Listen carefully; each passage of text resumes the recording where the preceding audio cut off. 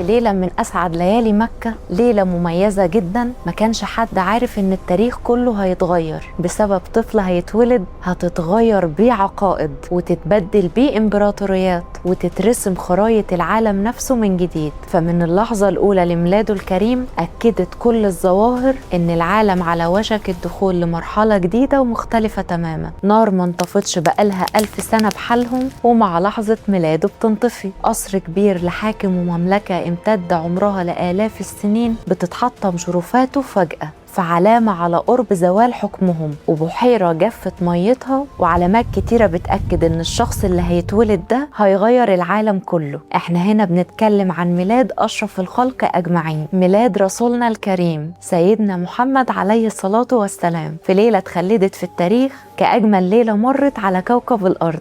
اتولد رسولنا الكريم في عام الفيل، وده العام اللي تمت فيه مهاجمة الكعبة بجيش أبرهة الحبشي، واللي كان بيصطحب معاه عدد من الحيوانات المفترسة منها الأفيال. واتسمت السنة دي بالاسم ده بسبب الواقعة دي. لكن الحقيقة في اختلاف ما بين المؤرخين على ليلة ميلاد سيدنا محمد، والثابت إنها يوم 2. لكن هل بتاريخ 12 ربيع الأول، ولا زي ما بعض الباحثين بيقولوا يوم 9 ربيع الأول؟ ولكن الاختلاف في التاريخ ده بيخص التقويم الهجري أو القمري فقط، وإنما وفقا للتقويم الميلادي أو الشمسي فالثابت حسب الموقع الرسمي لوزارة الأوقاف المصرية فهو يوم 20 إبريل من عام الفيل لسنة 571 ميلادية. وبعيدا عن الاختلاف ده، فإحنا في رحلة صفا النهاردة حبينا نحتفل مع جمهورنا الجميل بأجمل حدث في تاريخ البشرية كلها، الحدث اللي أشرقت بيه شمس الهداية، مولد رسولنا الكريم محمد صلى الله عليه وسلم. خليكم معانا واوعوا تروحوا في أي حتة.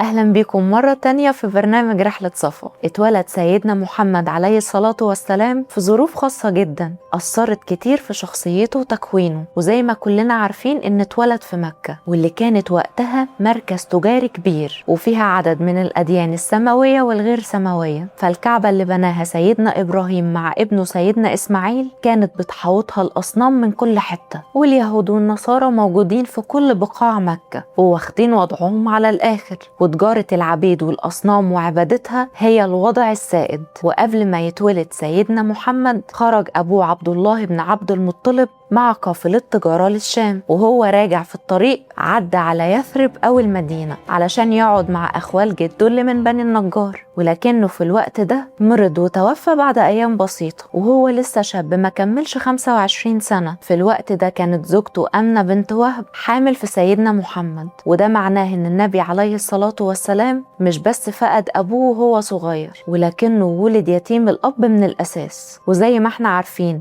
إن اللي تولى تربيته بعدها هو جده عبد المطلب. ساعتها شاله وراح بيه لحد الكعبة وحمد ربنا واختار له اسم ما كانش شائع بين العرب، محمد. ولما سألوه ليه اخترت الاسم ده رد عليهم وقال: أردت أن يحمده الله في السماء وأن يحمده خلقه في الأرض. مر سيدنا محمد بطفولة قاسية جدا، فبعد ولادته يتيم الأب توفيت والدته وهو في عمر السادسة، وبعدها جده توفى وهو عنده 8 سنين بس علشان يتولى تربيته عمه أبو طالب، واللي فضل يسنده ويدافع عنه لسنين طويلة حتى بعد البعثة. ولكن الطفل اليتيم اللي بدأ حياته بطفولة قاسية جدا بدون أب ولا أم ولا جد، بعد كام سنة بس هيكون هو نفسه الملاذ الآمن والركن الحصين لملايين من الأيتام والضعفاء من خلال رسالته وتعاليمه. طبعا احنا في حلقة النهاردة مش هنتكلم عن حياة الرسول عليه الصلاة والسلام لأن دي محتاجة عشرات الحلقات، ولكننا هنتكلم عن حدث العالم الإسلامي كله بيحتفل بيه، مولده الكريم. طب السؤال المهم هو إمتى بدأ الاحتفال بالمولد النبوي الشريف؟ الحقيقة أن الموضوع ما بدأش مع الصحابة ولا التابعين ولا حتى مع الأئمة الأربعة، ولكنه ظهر للمرة الأولى في مصر في عهد الدولة الفاطمية، تحديدا في القرن الرابع الهجري أو العاشر الميلادي. فكانوا الفاطميين بيحتفلوا بمولد النبي بمظاهر مشابهة بنسبة كبيرة للي احنا بنعمله في وقتنا الحالي. فكانوا بيوزعوا الطعام والحلويات وينشدوا الأناشيد الدينية وينوروا القاهرة كلها ويعلقوا الزينة ويتجمعوا في حلقات ذكر ومديح. وبعد كده ظهرت أشكال كتير للاحتفال زي حلاوة المولد نفسها واللي ليها قصة هي كمان. ففي البداية مع أول مظاهر مرصودة تاريخيا لاحتفالات المولد النبوي كانت بتتوزع الحلويات المصنوعة من العسل والسكر والمكسرات، لأن مصر في الوقت ده كانت من أهم مراكز صناعة السكر في العالم، وكانوا بيعتبروا الحلويات رمز للفرح. وبعد ما بقت الدولة الفاطمية في كل مولد نبوي توزع الحلويات، بقوا التجار بيصنعوها كل سنة بنفسهم قبل المولد. أما بقى فكرة عروسة المولد والحصان والفارس، فالحكايات الشعبية بتقول إن أحد الخلفاء الفاطميين خرج في موكب المولد وزوجته كانت لابسة فستان أبيض وطوق مزين بالورود، فأعجب صناع الحلويات بالمشهد ده وصنعوا عروسة بالسكر قريبة من ملامحها، وفارس فوق حصانه شبه الخليفة نفسه. وبعيدا عن حقيقة ده أو لأ،